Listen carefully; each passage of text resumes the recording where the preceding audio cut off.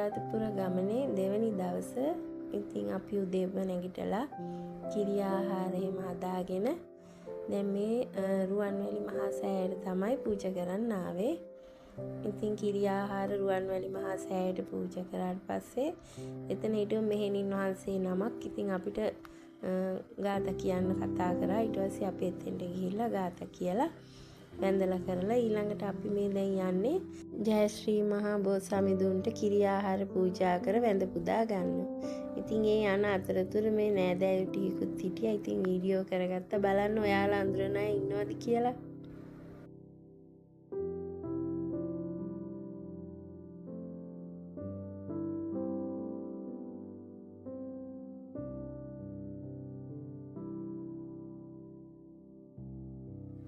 දැන් මේ ජයශ්‍රී මහා බෝසමිඳුන්ට කිරි ආහාර පූජාව කරලා තියෙන්නේ.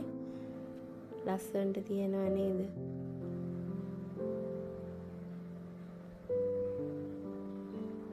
මේ ලේනු ඉන්නවා. මේ ඒ ලේනු අතට එනවා හරි හීලෑගේ එතන ඉන්නේ කිරි ආහාර කන්න තමයි එන්නේ එතෙන්ට. ඊළඟට අපි හෙළ පොජුන් එකෙන් උදේට කෑවා.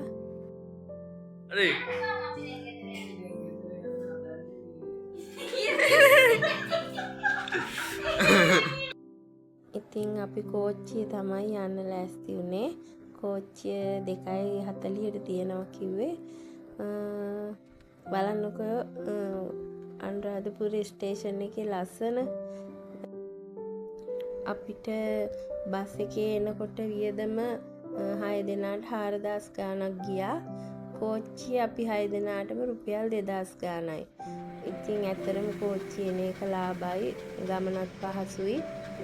හැබැයි කෝච්චිය 2:45ට තමයි අනුරාධපුරින් පිටත් වෙන්නේ.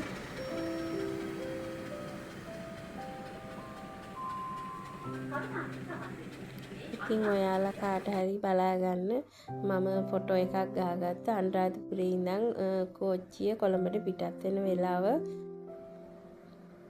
දැන් මේ අපි කෝච්චිය යන ගමන් අපි කට්ටියටම ඉඳ ගන්න හම්බුණා.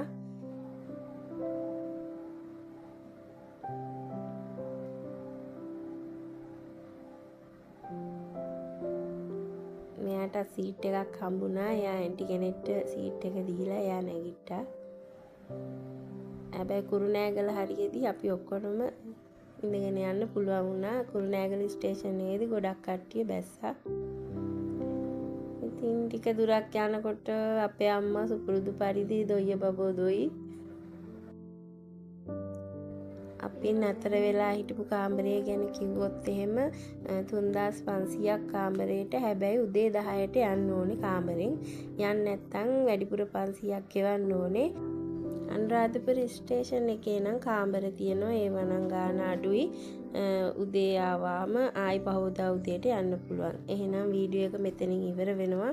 වීඩියෝ එක නරඹුවාට ඔයාලට ගොඩාක් ස්තුතියි. එහෙනම් මතක ඇතුව subscribe කරලා comment එකක් දාලා like එකක් දාන්න.